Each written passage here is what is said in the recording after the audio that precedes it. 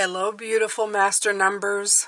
One of you's moving on, one of you's thinking outside the box, and one of you, well, you think you're creating in a big way, but you might be exacting yourself a little bit. If you want to know more, let's dive in. Let's start this video. Hello, beautiful master numbers. Let's take a look at your energy for the week. Okay, so we're going to start with 11. Then 22, then 33. I would suggest that you watch your individual numbers as well. So that would be 2, 4, and 6. Okay? I believe that you come here with a few different things that you need to do. Some personal and some, especially if you're a master number, some, I don't know, bigger tasks. Let's just put it like that, okay? So some of them you may know, some of them you may not. You may, cross somebody's path, life of a stranger. You say something, you won't even realize you did it, and it changes them, okay? You could be that kind of master number, or you could just be one who's teaching people different lessons. So let's just look. All right, see, 6, wow, okay. So 11, you're getting the Sufi deck, so, all right.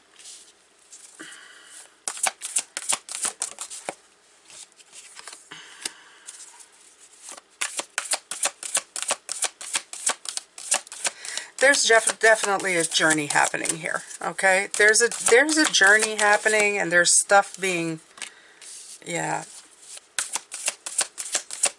It's going to be fruitful for you. That's what I feel. Or anybody you're helping. Because, of course, with master numbers, this could be your reading, or it could be something that you're doing for somebody else. You could resonate with what you're doing with somebody else. I'm gonna take, oh, there we go. Okay. All right, so let's take a look here. Yeah, the Two of Swords is a delay. So there's definitely a delay going on here. But I think this is being mentioned here at the top. Because if you look at it, the Six of Swords, somebody's going on a voyage of some sort, right? There's a balance that's being returned, a voyage, and you even see, like, it almost could be this ship or this little boat's going to, cross over. And this is the debris of what's left behind with the Five of Swords. Things that divide, things that no longer fit. What you're going into instead is a Nine of Coins and the Ace of Coins. So it's speaking of an opportunity, one that's going to be very good for you. But right now, you're just trying to get through this part here, from going from one place to the other, okay? There's definitely a balancing act happening, and it needs to be done by you doing something to get there, okay? And definitely getting rid of what divides. So that is for you, my master numbers, okay? That's on top of your regular reading as well. Now, for 22s, I'm going to use the Tarot of Oneness.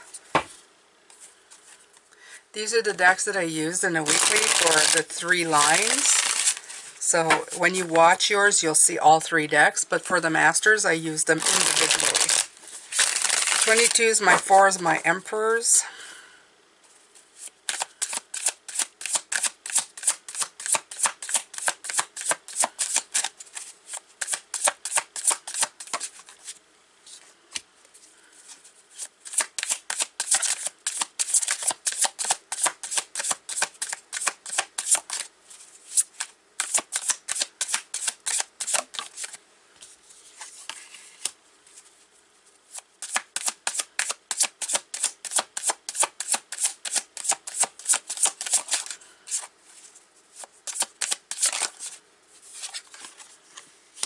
Five of Pentacles, 8 of Cups, 7 of Pentacles. All right. Thinking outside the box, golden eggs, isolation, cutting ties, trial and error in gardening, and also the creative card. So there's definitely a lot going on for you. You are definitely testing out new ideas and seeing what sticks. The isolation here is not only one that's imposed, but you know, I would say that it's very close to the hermit, or what you consider to be the hermit. But sometimes I think that, especially as an emperor, you kind of separate yourself from everything. So you have to be careful with that, absolutely, okay?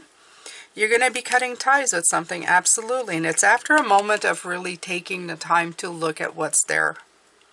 But it's going to end up being creative because you have both the Nine of Cups and the Empress card, one beside the other. So it's really a journey for you.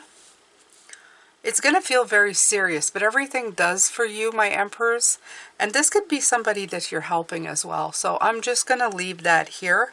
And yeah, be careful. Be careful of the Five of Pentacles, okay? Because sometimes this feels like you are actually taking the time to be like in the 9, but you're actually stuck in a 5. So just be careful with that. There's a difference between isolating yourself completely from everything. The Hermit is isolating, but it's very different. It's like taking yourself out of things. And it's not only taking yourself out of the world, it's taking yourself out of the introspection too. It's feeling alone. You're not alone when you're doing introspection, okay? So just be careful about that. That's my only thing for this. Okay? So where is my other deck? Oh, it's right here. Nope, that's not it. I lost my third deck. Where did it go? Okay, Jane, I'm losing my mind. Where is my other deck? Oh my god. Oh, it's right here. Okay, I hid it underneath this one. That is funny. Okay, so is that a message for you, my sixes? There's something hiding? Oh. Uh-oh. Uh-oh, let's take a look. Okay, my sixes, my 33s, let's take a look. Serious stuff now. This is a very serious deck, too. Okay, so you have Justice in reverse. Now, do I have these in reverse? I do. So I'm going to put it upright. This deck is very hard to work with, I think, anyway. Because some of these cards, they all look right side up, regardless, right?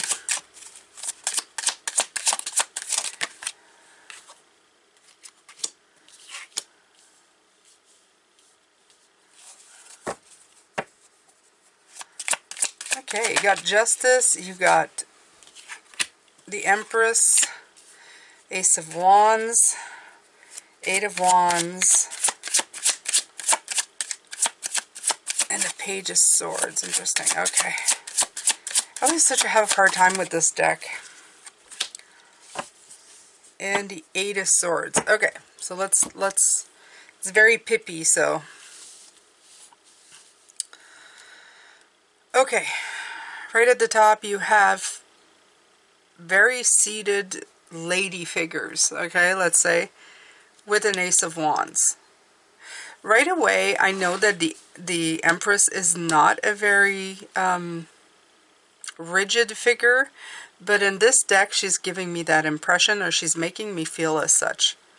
So, with the Justice card, and her and this, just be careful of not creating in a vacuum. It sounds weird, but this is what I feel like it's saying. You know, like you think you're being creative, but you're actually limiting yourself in what you're doing.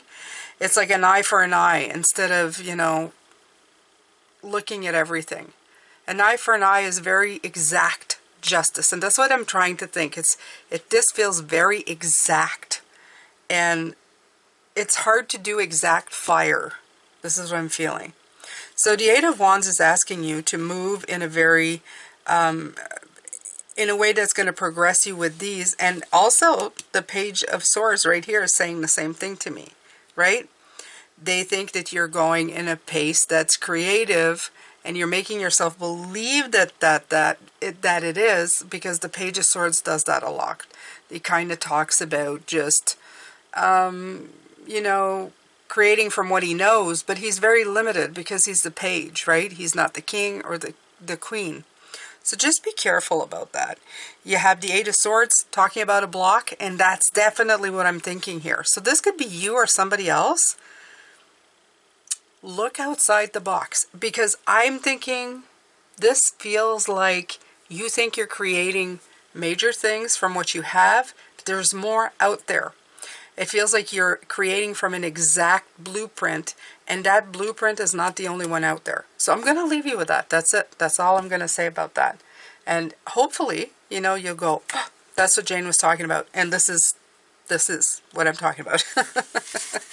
All right, my beautiful life path number, master numbers 11, 22, 33. This was for you. I hope you have a fabulous, fabulous week, and I will see you next week. Take care of yourself. Bye for now.